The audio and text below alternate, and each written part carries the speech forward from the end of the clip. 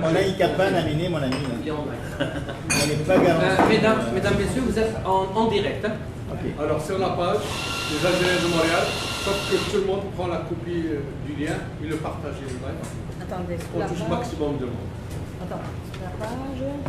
Les Algériens de Montréal. Les Algériens.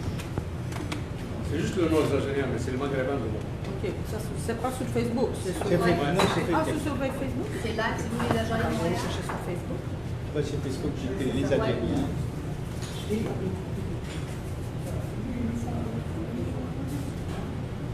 La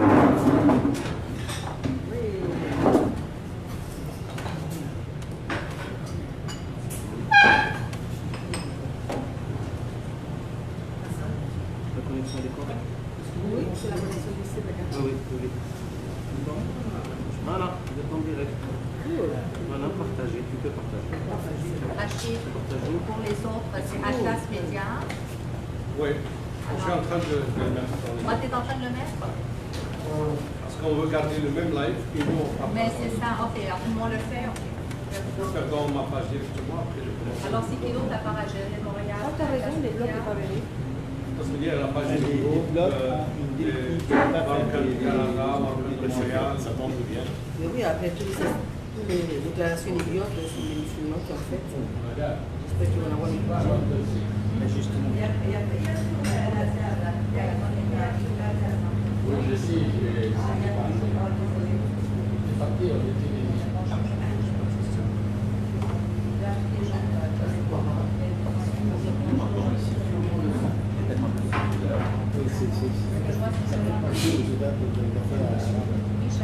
Ouais. Ça lui les petits.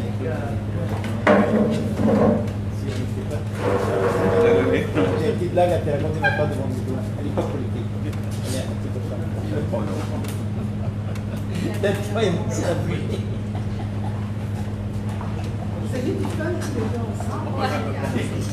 Le fait, c'est qu'on est adversaire, on le dit toujours, on est adversaires politiques, mais on est tous engagés pour la même raison. Je veux dire, ça ne veut pas dire quoi.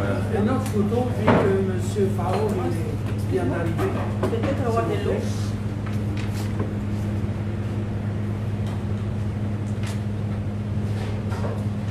Ça va, merci. Peut-être avoir de l'eau. De l'eau.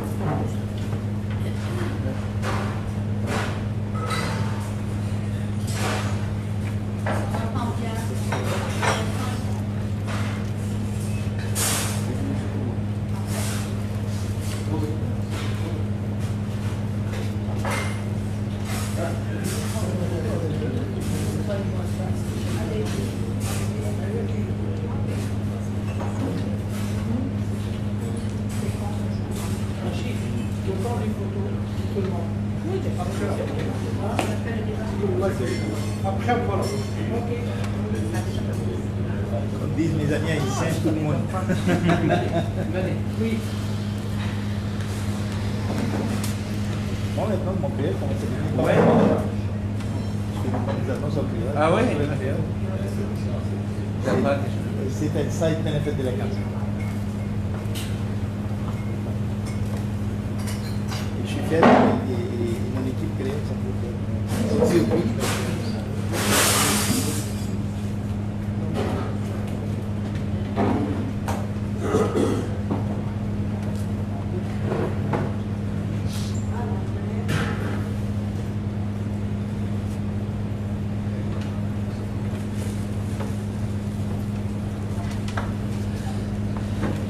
Peut-être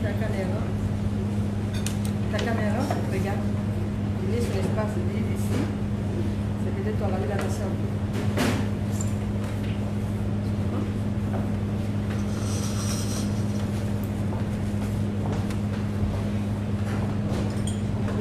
Ali, je veux qu'on s'entendait bien parce qu'on parlait pas de politique, on parlait de la culture des filles. Là, c'est un point commun. Moi, je parle avec les Italiens Selena, je parle pas de politique, je parle de la culture des filles. Et avec ça, ça me donne beaucoup de votes. Parce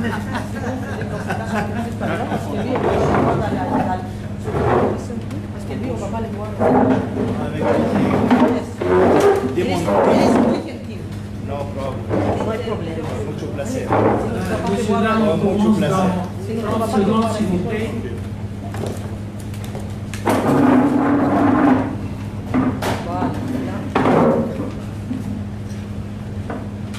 J'aime bien saluer tout le monde. Bonjour tout le monde. Vous êtes les bienvenus à ce débat électoral pour les élections fédérales du Canada. Parmi nous, plusieurs candidats pour des différents comtés. Et ça nous fait grand plaisir de vous recevoir aujourd'hui. Mes amis, les médias qui sont d'origine arabe, maghrébin, ça c'était l'idée de moi-même que j'ai voulu aussi faire entendre notre voix. Alors merci beaucoup d'être venu. Notre présentation pour les personnes qui sont les journalistes de ce débat-là, qui vont vous poser des questions.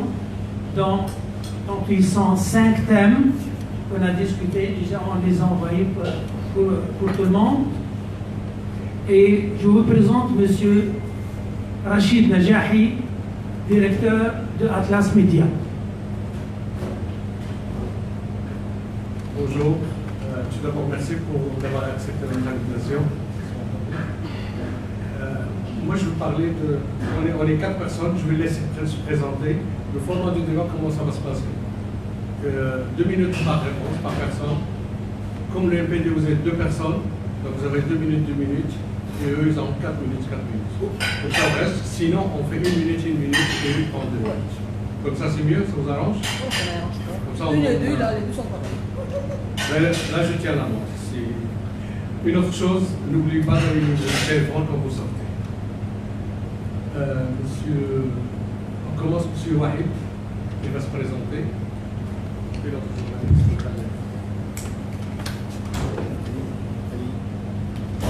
Bonjour mesdames et messieurs, voilà, moi je suis Wahid Merabé, je suis journaliste de Atlas Media, je suis directeur du journal La Voix du Maghreb et bien évidemment je suis l'administrateur de la page Facebook Les Asiens Montréal. Ça nous fait plaisir justement, nous Canadiens et Canadiens d'origine maghrébine, et surtout animateurs journalistes, d'animer un débat entre candidats à la députation aux élections fédérales canadiennes, ce qui prouve bien évidemment que la communauté canadienne d'origine immigrante et principalement d'origine maghrébine se prend en charge et s'implique davantage dans la politique de son pays et les enjeux de notre pays, le Canada. Je souhaite une très bonne journée et un excellent débat. Merci.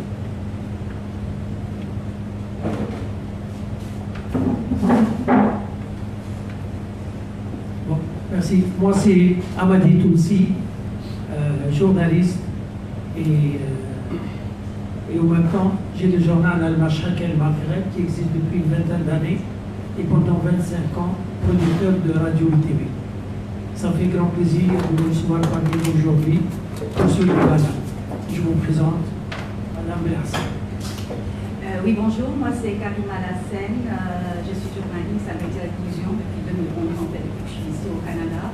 Ça me fait énormément plaisir d'être là ce soir et de vous poser des questions qui intéressent la communauté justement maghrébine et les minorités visibles ici. C'est très important, j'ai reçu plein de questions, j'ai essayé d'être une ambassadrice crédible le plus possible.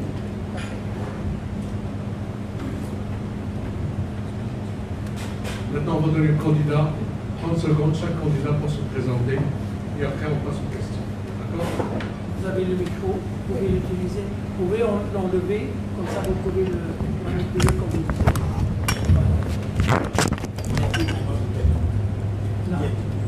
Maintenant, c'est la présentation de chaque candidat. Par la droite, comme on veut. La droite à la gauche. Hilario Mayolo, candidat du Parti conservateur dans Saint-Léonard-Saint-Michel. Je suis avocat de formation. Pendant 10 ans, j'ai œuvré dans le secteur humanitaire, notamment pour la Croix-Rouge. Ensuite, j'ai enseigné le droit international humanitaire et le droit international à l'Université d'Ottawa pendant 2 ans. Et puis, depuis quelques années, je suis associé dans un bureau de droit commercial où je m'occupe des transactions internationales.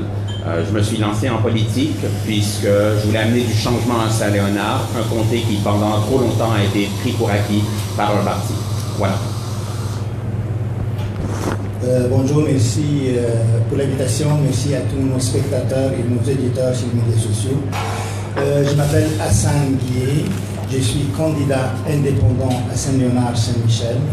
Comme formation, je suis avocat à la retraite, membre du barreau du Québec, avec un bac de l'Université de Montréal.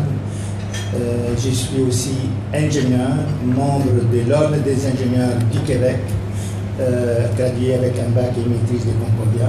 Je suis écrivain, je suis militant pour les droits civiques. Ça fait longtemps que je travaille au service de la société et je mets mes compétences, mon expérience au service de la société.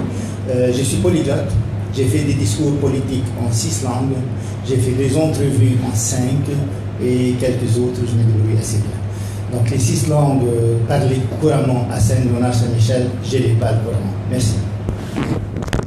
S'il vous plaît, restez. Salam alaikum, je suis Paulina Ayala, d'origine chilienne. Dans le passé, j'étais députée avec la Vague Orange, avec M. Jack Layton. Je suis enseignante de formation, enseignante secondaire. J'ai travaillé dans la circonscription de Pointe-de-Ville avant d'être députée. Actuellement, je ne le suis pas, évidemment. Je suis une femme qui a toujours eu, depuis tout petit, une sensibilité vers la situation des autres. La politique, c'est la chose publique. Donc, depuis tout jeune, j'ai toujours été touchée pour ça depuis mon Chili natal.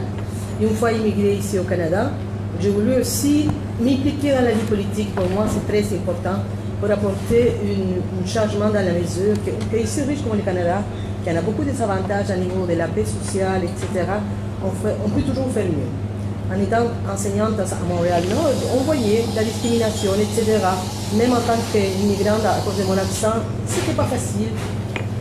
Et on a un rôle aussi à jouer au niveau international, en politique fédérale. Donc je suis une femme qui croit ça, que je crois à l'engagement, et que nous, les nouveaux Canadiens, parce que nous sommes aussi des Canadiens à part entière, nous avons un rôle à jouer dans la politique de notre pays que nous avons choisi. Donc voilà, je ne vais pas prendre plus de temps pour me présenter et je passe à mon collègue. Bonjour tout le monde, merci pour cette invitation. Je me présente, je m'appelle Ali Haouz, je suis libanais d'origine, j'ai immigré au Canada en 1981. Je me considère toujours, et je le suis, comme un militant de gauche, qui a lutté toujours pour les droits humanitaires, pour la justice sociale, pour l'égalité. Je suis dans la politique et je suis impliqué depuis l'âge de 14 ans du Liban, c'est-à-dire que je ne suis pas nouveau. D'ailleurs, plusieurs parmi vous ici me connaissent très bien, tel que mon ami Hamada, M. Norbert qui est de l'autre côté de la table, qui participe à la discussion. Je suis administrateur de profession. J'ai étudié à l'université du CAM. J'ai eu un baccalauréat en administration des affaires par le cumul de gestion informatisée, gestion personnelle, relations de travail et administration. La politique, pour moi, ce n'est pas une job. C'est une passion. Je le fais avec passion. Je ne cherche pas un travail. Moi, là, une fois l'élection terminée, si jamais, et j'espère que je serai élu, si jamais je ne serai pas élu, je tourne la page et je retourne à mes affaires personnelles. Donc, je ne cherche pas une job. Je cherche à servir la population parce que pour moi, la politique, le politicien, il est au service de la population et non le contraire. Merci beaucoup et j'espère qu'on va être à la hauteur et je suis le seul candidat en dehors de ce comté. T'es le bienvenu chez nous à Saint-Léonard. Hein? T'es le bienvenu chez nous à Saint-Léonard. Alors on va commencer. On va commencer ce débat par le volet. On va commencer ce débat par le volet immigration, si vous voulez bien. Alors, on va dire dès son arrivée au pouvoir, Justin Trudeau ouvre le pays à 25 000 réfugiés syriens. Contrairement à l'Amérique qui fermait ses frontières à 5 pays, majoritairement musulmans, Justin Trudeau, lui, tweet que le Canada est prêt à accueillir, je cite, ceux qui fuient la terreur, la persécution et la guerre. Depuis, quelques 45 000 personnes ont traversé illégalement les frontières canado-américaines. 90% uniquement dans la province du Québec. Ils l'ont fait par le chemin Roxham. Sur les 45 000 migrants arrivés depuis 2017, environ 9 000 ont été acceptés comme réfugiés. Il faut environ 2 ans pour étudier un dossier de demande d'asile qui coûte 14 000 $ aux contribuables. Alors, quel est l'engagement des conservateurs par rapport à ce dossier? Je commence avec vous. Pas une minute pour chaque, comme ça encore. 2 minutes. Tout d'abord, je dois dire que la question des réfugiés me tient particulièrement à cœur. J'ai travaillé sur le dossier de l'arrivée des 25 000 Syriens quand j'étais à la Croix-Rouge à Ottawa. Et en ce qui concerne l'arrivée à Roxham Road, le Canada doit toujours être une terre d'asile pour ceux qui fuient pour des raisons religieuses, politiques ou autres. Ça, c'est l'engagement des conservateurs là-dessus. En ce qui concerne la question spécifique de Roxham Road, nous, on veut... D'abord, il faut se souvenir de pourquoi ça a commencé, cette histoire. Ça a commencé suite à un tweet de M. Trudeau qui a irresponsablement dit une belle phrase, mais qui a des conséquences lourdes. Tout le monde est bienvenu au Canada, c'est une belle phrase, mais ce que j'ai appris de mon travail humanitaire, quand j'allais dans les camps de réfugiés, quand je voyais ces personnes-là dans les yeux, c'est qu'on ne peut pas donner du faux espoir aux personnes. C'était un tweet irresponsable. Nous, ce qu'on s'entend à faire, c'est de renégocier l'entente sur les pays tiers sûrs pour fermer la boucle qui permet aux gens de traverser la frontière. Et comme vous dites, la plupart de ces personnes-là n'ont pas été acceptées en tant que réfugiés. Ça met des délais supplémentaires dans le système d'immigration. Et ça fait créer un faux espoir chez les personnes qui cherchent à immigrer. Parfait. On va revenir au point de la Convention des pays tiers sûrs par la suite. Juste le temps de passer le micro et connaître la position en tant qu'indépendant. Oui. Non, effectivement, le Canada est un terre d'accueil et je regarde ici autour de la table, je ne sais pas s'il y a combien de personnes sont nées ici. Et il y a certaines personnes au Canada qui pensent que l'immigration est une menace. Moi, personnellement, je pense et je crois profondément que l'immigration n'est pas une menace, la diversité n'est pas une menace, c'est une richesse, c'est une force. Chacun de nous ici a contribué énormément à la richesse de cette société et cette société a contribué énormément à notre richesse personnelle et je dis pas richesse monétaire, richesse intellectuelle, sociale, humaine et monétaire. Donc, j'encourage l'immigration, mais comme n'importe quel acte humain, il faut que ça vienne avec la responsabilité et le règlement. D'un côté, il faut continuer dans la même veine d'être une terre d'accueil, mais aussi il ne faut pas donner des fausses espoirs aux gens puis qu'ils arrivent ici parce que c'est déraciner, c'est déjà très très difficile. S'enraciner ailleurs, c'est encore plus difficile. Donc avant, moi je suis un agriculteur de nature, j'ai cultivé beaucoup de figuiers aussi. Avant de planter un arbre, avant d'arracher un arbre pour le planter ailleurs, je prépare les trous où je vais mettre l'arbre une fois que je le plante. Donc il faut comme société, on a une responsabilité sociale et politique de bien préparer notre société pour bien recevoir les autres, pour les aider à s'épanouir et aider notre société à avancer. Parfait, votre message est passé. On va écouter le son de cloche du NPD. Oui, c'est un sujet très sensible. Encore plus parce que aussi la question c'était sur les réfugiés. C'était sur l'immigration illégale. Parce qu'on a les parrainages, l'immigration des travailleurs de façon indépendante. C'est les réfugiés. Pour l'NPD, on doit finir avec cet accord des tiers pays sûrs. Okay? De cette façon, les gens qui vont demander le réfugié politique vont passer par des endroits légaux, ils vont faire la demande sur place. Et là, on va voir si c'est oui ou non. Parce que ce n'est pas vrai que les réfugiés politiques, c'est pour tout le monde. Il y a des pays qui sont dans des conflits, comme ça arrive partout, en Équateur, Nicaragua, même au Chili, il y a des conflits avec les peuples originaux. Et Haïti, etc., il y en a. Mais il y en a des autres qui sont dans une situation catastrophique. Yémen, par exemple. La Syrie, le moment où on parlait des réfugiés syriens. Donc, quand on va éliminer cet accord, les passes illégitimes ne seront plus. Les gens vont passer nécessairement dans des endroits où il va y avoir des fonctionnaires qui vont faire une sélection d'avance. Okay? le temps s'était écoulé. T'as la moitié des mois parce qu'il est allé. Oui, mais on pourrait aussi, des fois, une personne, on avait parlé d'une personne parler d'un sujet. On avait vu ça. Ok, je vais laisser continuer. Moi, Oui. je vais prendre 30 secondes, j'ajouterai quelque chose. Oui, c'est ça. Et donc, de cette façon-là, on va s'attaquer aussi à retard du système parce qu'on a trop de gens qui demandent le réfugié politique sans jamais avoir été en danger pour des raisons politiques. On a des pays comme l'Honduras où se font assassiner les défenseurs de l'environnement. On a au Mexique qui se font assassiner des journalistes. Ça aussi, c'est une raison de réfugiés politiques. Ce n'est pas nécessairement un pays en guerre. Donc, il faut éliminer ça. Et d'une autre façon, il faut aussi avoir plus de fonctionnaires parce qu'on a fait des coupures dans la fonction publique. Ça fait en sorte qu'il y a moins des juges en immigration pour suivre les cas. Et pour ça qu'on est en retard aussi. Ce n'est pas vrai que c'est le ministre qui va décider qui reste ou qui s'en va. C'est vraiment des fonctionnaires. Donc, comme on a fait des coupures pour arriver à un budget clean, on fait en sorte qu'il y a des gens qui payent ces prix-là. Il y a des gens qui souffrent. Parce que quand on n'accepte pas un réfugié, à la longue, on n'accepte pas non plus sa famille pour la réunification familiale. Merci. Donc, ce sujet, c'est plus complexe. Moi, je ne veux pas ajouter beaucoup de choses à ce que a dit mon camarade de RPD. Ce que je veux ajouter, juste que c'est vrai, le Canada, c'est un pays d'accueil, c'est une terre d'accueil. Ce que je veux ajouter, juste à la question que madame a posée concernant les réfugiés syriens, c'est ça la principale question.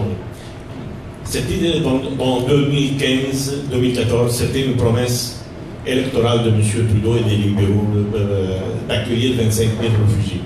Même ces 25 000 réfugiés qui ont été accueillis au Canada, si jamais ils ont atteint ce nombre,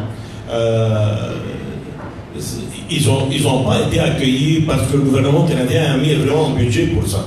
Plutôt c'est avec l'argent de l'ONU, alors qu'ils ne donnent pas des faveurs, qu'on nous dise que nous on a accueilli, nous on a fait ça. Non, ils ne l'ont pas fait. C'était une entente avec les Nations Unies. Ils ont utilisé l'argent des Nations Unies. Ils essayent d'en profiter dans les élections électorales de tout. Merci, monsieur. Merci beaucoup. Moi, j'ai une question qui va sortir un peu qui va avoir après un autre registre de la formation et de l'éducation. Nous savons très bien que les Canadiens et les Canadiens qui quittent leur pays, ils arrivent ici au Canada, ils investissent beaucoup sur le progéniture, sur leurs enfants. Et ils veulent que les enfants réussissent justement dans la vie professionnelle et avoir de bons diplômes. Est-ce que dans vos programmes, vous avez pensé à aider justement ces familles immigrantes à aider leurs enfants pour leur permettre de réussir dans de belles universités et avoir de bons diplômes? Oui. Merci pour la question. Oui, tout à fait. Je pense à mon père tout d'abord. Mon père qui a immigré ici, qui est 21 et tout.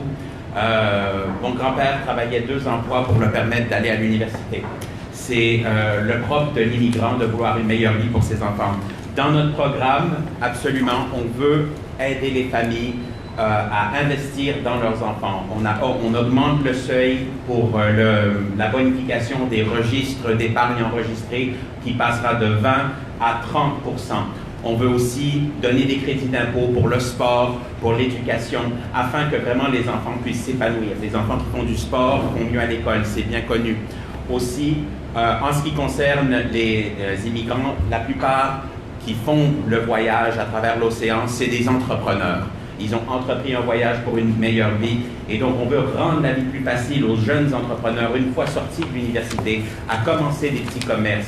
Et comment on fait ça? En réduisant la bureaucratie. Notre chef s'est engagé à créer un ministère pour les petites et moyennes entreprises afin de faciliter l'ouverture de ces entreprises, qu'on puisse investir dans nos jeunes et dans l'avenir de notre économie. Merci beaucoup, Wahid, pour cette question. Ça me touche personnellement. Quand on se promène à Montréal, qu'on prenne un taxi à Montréal, des fois on se demande est-ce qu'on est dans la faculté de médecine ou dans un hôpital ou dans une université, tellement qu'il y a des professeurs universitaires, des médecins, des ingénieurs, toutes sortes des professionnels qui travaillent comme chauffeurs de taxi. Ou d'autres positions qui ne correspondent pas à leur éducation. il faut qu'on se mette clair, il n'y a pas une profession qui est plus noble ou moins noble que nous. Qu'on soit un chauffeur de taxi, ou un concierge, ou un professeur universitaire, ou même un premier ministre, on est tous égaux et on mérite tous les mêmes respects. Par contre, quand quelqu'un passe des vingtaines d'années sur les bancs de l'université, de l'école, y inclut l'université pour devenir médecin ou ingénieur, ce n'est pas pour travailler comme chauffeur de taxi. Donc, il y a beaucoup de gens qui ne veulent pas reconnaître le fait qu'il y a ce qu'on appelle la discrimination systémique. Ça existe et je demande à tous les politiciens, à tous les niveaux, les 3 niveaux, d'ouvrir les yeux et de voir qu'il y a de la discrimination systémique et il y a des gens comme vous et moi qui sont nés ailleurs, qui sont venus avec des diplômes d'ailleurs, qui peuvent énormément enrichir notre société si on leur permet de mettre leur formation et leur éducation au service de leurs semblables. Donc, effectivement, moi, une fois élu, et j'espère être élu avec votre aide, je vais travailler énormément, acharnement, pour que tous ces professionnels-là soient reconnus. Beaucoup de gens disent qu'est-ce que tu peux faire quand tu es seul. Justement, comme je serai député indépendant, je n'aurai pas les directives du parti, je n'aurai pas quelqu'un qui va me museler et m'empêcher de parler d'un sujet quelconque parce que ça nuit à un collègue ministre. Je serai libre de parler au nom des gens libres pour renforcer leur liberté et les aider à s'épanouir. Et je serai votre porte-parole à Ottawa pour que vos diplômes soient reconnus et que vous puissiez réussir pour la vie. Merci. Oui, au sujet de l'éducation. Vous savez, les fédérales, il y a aussi un rôle à jouer. Parce qu'on dit, ah oui, c'est des pertinences provinciales. Oui, c'est vrai, mais il y a aussi la loi d'éducation au niveau fédéral. Et dans ce sens-là, les fédérales ont économisé énormément sous les dos de notre jeunesse. Il y a des problèmes de l'infrastructure, de l'accessibilité. J'ai 12 enfants maintenant qui viennent de rentrer à l'université. Ça m'a coûté juste pour la première session 1 996 $ chacun pour l'université. Et on comprend que le Québec, c'est parmi les provinces la moins chère. Et tous les systèmes de prébourse est lié au fédéral. Donc, imaginez-vous les enfants qui étudient à Colombie-Britannique. C'est énormément la dette qu'ils ont déjà sur les dos. Soit un enfant immigrant ou un enfant canadien depuis des générations. Okay? Donc, déjà à la base, on a une inégalité pour notre jeunesse, un problème générationnel. On les laisse la grosse dette, on les laisse des dettes énormes aussi à niveau de s'occuper des personnes âgées.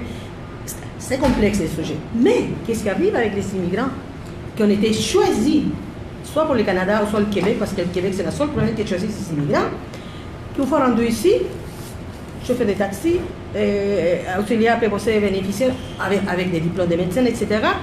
Parce qu'on les oblige à faire de l'université à nouveau, mais il n'y en a pas un tutorat à côté. Il est pédé, j'ai parlé de ce sujet avec Jean Sineri. Oui, il faut donner un tutorat de sorte que cet immigrant-là puisse avoir l'expérience canadienne le plus tôt possible dès qu'il arrive ici. Parce que souvent on dit, tu n'as pas l'expérience canadienne? Mais oui, si personne t'engage. Donc, il faut faire ce travail aussi avec une stratégie d'intégration à l'emploi pour les diplômés immigrants.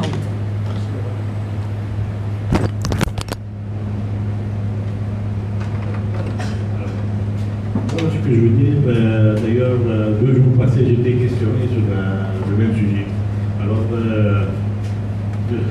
j'ai trouvé le papier encore avec moi ici, comment j'ai répondu. Alors, pour ne pas prendre beaucoup de temps, je vais le lire assez vite là-dessus. C'est un enjeu très important au niveau de l'éducation, celui de l'accès à certains. Quel que soit notre niveau de vie, c'est quelque chose le plus important que nous puissions faire à nos enfants. C'est le bagage le plus important qui leur permettrait de voter de leur propre zèle et d'être de grands facteurs influents dans la société de demain. Ajoutons avec les frais de scolarité qui ne cessent d'augmenter nombreux, sont celles et ceux qui se voient obligés de ne pas poursuivre leurs études suite à ces augmentations. C'est un grand problème, car ce sont eux nos piliers de demain. Ceux et celles qui luttent pour pouvoir continuer leurs études, c'est un grand problème, car les étudiants du premier cycle sont d'université, qui sortent de l'université endettés, en moyenne à l'entour de 25 à 30 000 $, tandis que ceux qui ont les moyens de continuer leurs études par leurs propres moyens, ils s'en sortent endettés à peu près d'une dizaine de milliers de $. Donc le fardeau, il est très énorme. Merci, monsieur. Je ne sais pas s'il me reste des questions. Prenez 1 minute, 1 minute, 2 minutes, 2 minutes. Parce que là, on prenait le double de temps. Et on mais passe. est-ce qu'on peut avoir quelque chose pour visualiser les temps? Peut-être juste avoir un carton qui nous dit. Je l'ai ici, j'ai le chrono ici. Donc on fait 1 minute, 1 minute, 2 minutes, 2 minutes. Comme ça, on reste correct. Ok, on revient à madame pour une autre question. D'abord le micro, s'il vous plaît. C'est ça, mais On va garder juste un seul micro pour vous. oui, pardon. Moi, Juste une chose, s'il vous plaît. Quand on pose une question, on veut des réponses. On ne veut pas nous raconter l'histoire, qu'est-ce qui s'est passé avant. On veut vos solutions, qu'est-ce que vous proposez. C'est ce que les gens veulent écouter. L'histoire, tout le monde connaît l'histoire, l'immigration, l'emploi, tout ça, on cherche des solutions. On cherche des solutions, on veut des réponses concrètes. Moi, je voulais juste une petite question. Je ne sais pas combien on a de temps, je ne sais pas combien on aura de temps pour en discuter de chaque question. Mais il y a une chose très importante que, oui, on était vraiment deux de MPD. Peut-être que j'aurais pu être présent parce que c'est un débat de Saint-Léonard. C'est pas grave, c'est pas grave. Mais au moins, je voudrais avoir la possibilité d'expliquer et de dire notre opinion. C'est vrai que Madame Ayala, elle est en train d'expliquer, mais on aimerait encore ajouter quelque chose. J'espère qu'on va en profiter d'un petit peu laps de temps de plus. Il n'y a pas de problème. Ce qu'on va faire, c'est que prenez 2 minutes pour une question, elle prend 2 minutes pour notre question. Comme ça, on donne la droite parole à tout le monde, on reste équitable avec tout le monde. ça va être équilibré pour tout le monde. La prochaine question, c'est... On va rester toujours dans le volet éducation, on va se mettre en mode solution. Et moi, je m'en allais vous dire concrètement, qu'est-ce que vous allez faire par rapport à l'équivalent des diplômes. Mon collègue tantôt, il a posé une question intéressante par rapport à nos enfants, mais même par rapport aux nouveaux immigrants qui viennent avec des diplômes, avec de très hauts diplômes et qui se retrouvent malheureusement à travailler dans des métiers, aucun métier n'est déplorable, mais simplement ils se retrouvent à travailler avec des métiers qui ne sont pas le leur. Quel est votre projet? Je commence avec vous, Monsieur Hilario. Concrètement, qu'est-ce que vous proposez par rapport à la reconnaissance des diplômes? Tout d'abord, il faut que l'information juste circule dans les pays d'origine. Hier, j'ai rencontré quelqu'un qui m'a dit qu'on lui avait tout promis en venant au Canada, dans son pays d'origine, et lorsqu'il est venu ici, il a réalisé que c'est... Qui c'est qui lui a promis ça? C'est du côté canadien? L'information qu'il a reçue, que ce soit des personnes, des consultants d'immigration, même sur les sites web, il faut que ce soit clair, il faut que le processus soit clair. Deuxièmement, il faut étudier, on va prendre des mesures pour s'assurer qu'à la fois le public soit protégé avec des processus de reconnaissance des diplômes clairs. C'est clair que le fédéral n'est pas la seule solution là-dedans. Les provinces ont un rôle à jouer. Simplement pour qu'un avocat, même au sein du Canada, puisse aller de l'Ontario au Québec, c'est compliqué de nos jours. Il y a des examens, il y a certaines professions réglementées. Donc, beaucoup de ces enjeux-là sont de responsabilité provinciale. L'accréditation universitaire est fédérale. Donc, il va falloir travailler avec les provinces. Les provinces ont des compétences souveraines. Donc, nous, on s'engage à travailler avec les provinces, avec ceux qui ont vraiment la compétence pour ce faire, pour à la fois assurer que l'information juste circule dans les pays sources, qu'au sein du Canada, on ait un système national en place, puisque l'enjeu n'est pas seulement un enjeu d'immigration et un enjeu de reconnaissance de diplôme, c'est un enjeu de confédération interne au Canada, puisque ce problème qui se pose en ce qui concerne la reconnaissance des diplômes étrangers se pose aussi pour la reconnaissance des diplômes d'autres provinces. Donc, vraiment, c'est une discussion qu'il faut prendre en compte les différents niveaux du gouvernement. Et le gouvernement fédéral seul n'est pas capable de pallier cette histoire. Donc, vraiment, il faut prendre en jeu tous les acteurs. 2 minutes, juste. Parfait. Il y a quelque chose qui va se répéter, mais permettez-moi au moins de dire mon opinion aussi. Effectivement, c'est un domaine des compétences partagées. Comme aussi dans la Constitution canadienne, il y a des compétences fédérales et des compétences provinciales. Et l'éducation s'attend que c'est une compétence partagée. Le fédéral seul ne peut pas tout résoudre, mais de dire que c'est des compétences provinciales aussi, c'est s'échapper et pelleter la neige dans la cour du voisin. Donc c'est les deux, il faut qu'ils travaillent la main dans la main pour trouver des solutions. Et ce n'est pas juste les ministères de l'Éducation, il y a les corps professionnels, il y a la province, il y a les fédérales, et les fédérales, ce n'est pas juste le ministère de l'Éducation, il y a aussi l'immigration. Donc, il faut diffuser les renseignements pour les futurs immigrants avant qu'ils viennent ici. Peut-être aussi, il faut réglementer ce qu'on appelle les conseillers en immigration qui promettent pour des raisons commerciales terre et ciel aux candidats. Puis une fois qu'ils arrivent ici, c'est pas ça. Et aussi, il faut avoir un programme d'insertion. C'est-à-dire, un immigrant qui arrive, il a beau avoir tous les diplômes qu'on veut, il y a une certaine adaptation, qu'elle soit linguistique ou professionnelle.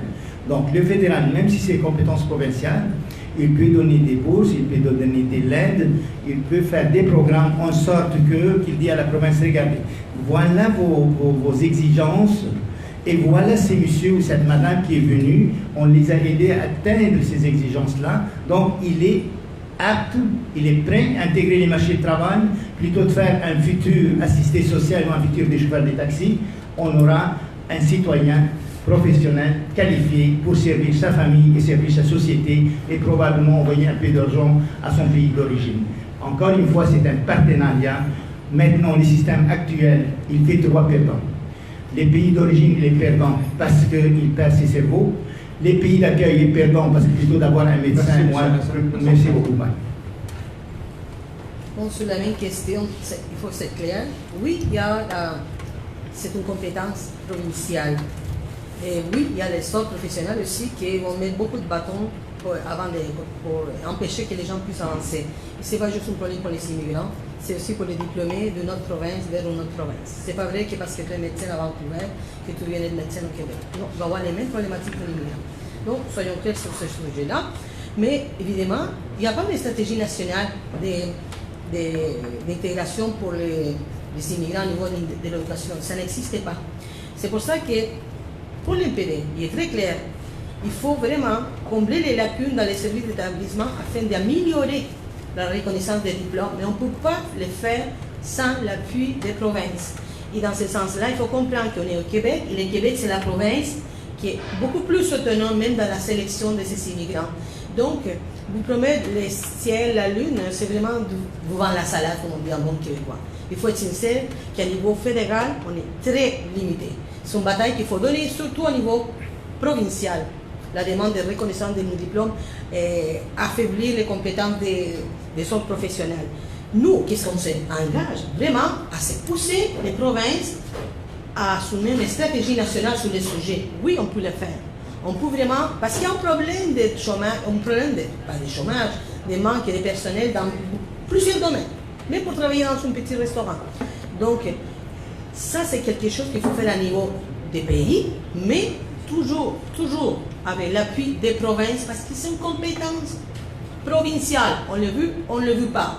Mais surtout s'attaquer à les autres professionnels qui des fois ont un comportement que je ne veux pas les donner un adjectif, mais assez inaccessible. Il y a des mots plus sévères pour qualifier cette situation-là. Donc l'NPD, c'est le compromis de l'NPD aussi, c'est les minutes. 2 minutes. Ah, les 2 minutes, ok. On passe. La prochaine fois, prenez-vous 2 minutes.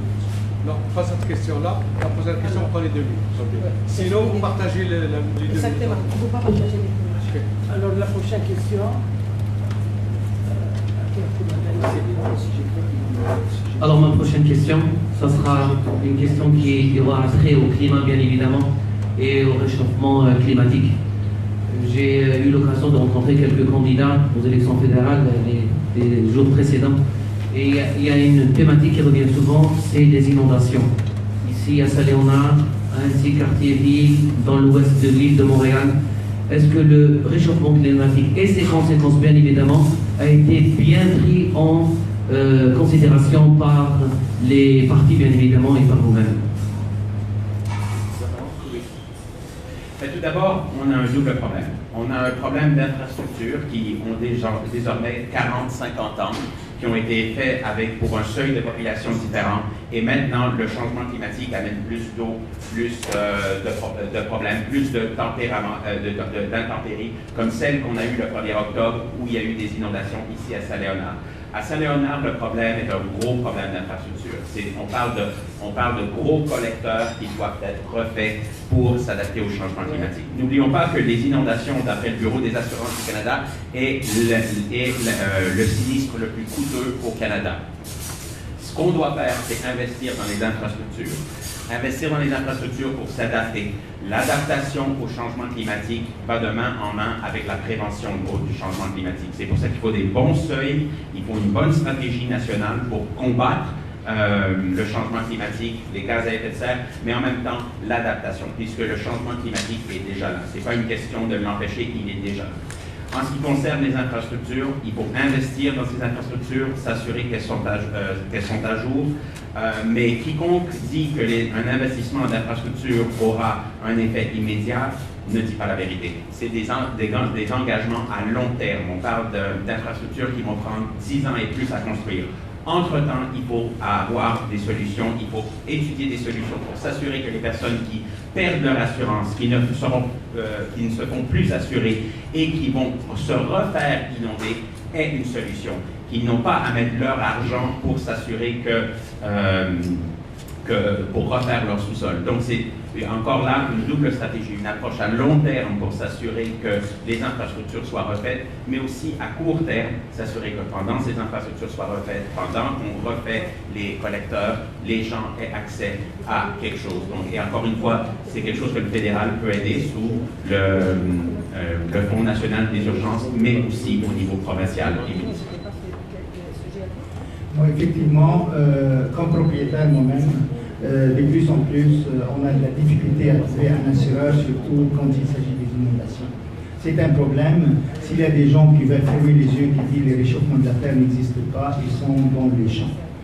Et il faut trouver une solution. Puis, comme mon collègue a dit, ce n'est pas une solution à court terme, c'est un investissement à long terme. Et qui dit investissement, il dit argent. Bien sûr, je sais qu'il y a un autre volet pour l'économie, on va en parler, mais c'est lié. Donc, quand on dit argent, ça veut dire investissement, ça veut dire je sais qu'il y a des projets sur la table pour les projets fédéraux, pour les budgets fédéraux. Il y a un projet qui veut investir, un autre projet qui veut faire des coupures.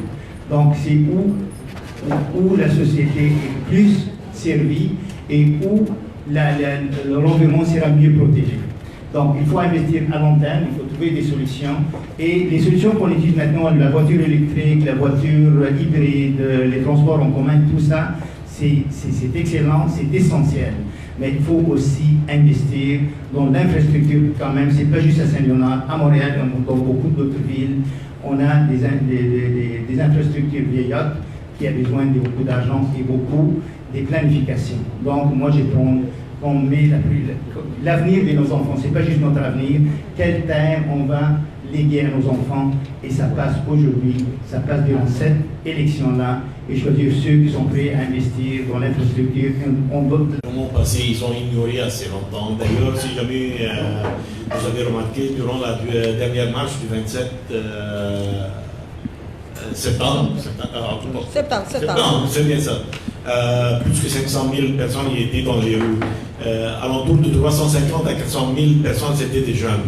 Alors, ces jeunes-là, ils ont pris vraiment le problème du changement climatique à cœur. C'est eux qui tiennent maintenant le pouvoir de continuer dans ça. Entre autres, que nous commençons à mieux protéger l'environnement par des habitudes de vie et des programmes visant à réduire la pollution, à réduire et à faciliter les habitudes des gens en donnant plus d'argent pour les rénovations énergétiques, c'est-à-dire de passer du pétrole, c'est-à-dire du mazout, à l'électricité, du gaz à l'électricité, ceux qui polluent plus au transport collectif électrique. Tout ça, c'est un enjeu assez important. Pour ne pas prendre beaucoup de temps encore, je vais laisser la parole à ma collègue de continuer avec ça. En fait, il faut travailler ensemble. Ça reste quelques secondes. Il faut travailler ensemble avec les provinces et les municipalités. Ce n'est pas une décision que le fédéral prend sans consulter les autres. C'est des travaux qui se font déjà en partenariat. Ici à Saint-Léonard existe les CSDM, la Commission de développement de l'Est de Montréal, que ça n'implique pas juste Saint-Léonard, c'est Rivière-des-Prairies, tout l'Est de Montréal. Donc, c'est un travail qu'on fait déjà ensemble. Okay? Et puis toutes ces mesures, finalement c'est les provinces, les municipalités qui font les travaux, mais c'est les provinces et les fédérales qui doivent donner l'argent pour faire ça. Mais ce n'est pas juste donner l'argent sans avoir un plan de travail, une stratégie nationale. Donc pour nous c'est fondamental les transports en commun. Les transports en commun ça réduit aussi les effets du réchauffement climatique. Mais toutes les habitations qui sont construites à côté de la rivière des Prairies, par exemple, qu'est-ce qu'on fait? Est-ce qu'on va continuer à construire dans des terrains qui sont dangereux? Donc il faut aussi prendre ces décisions de courage politique de dire non, oui, ici on peut, oui, non, ici on ne peut pas. Mais ça, c'est le provincial qui va le faire. Merci.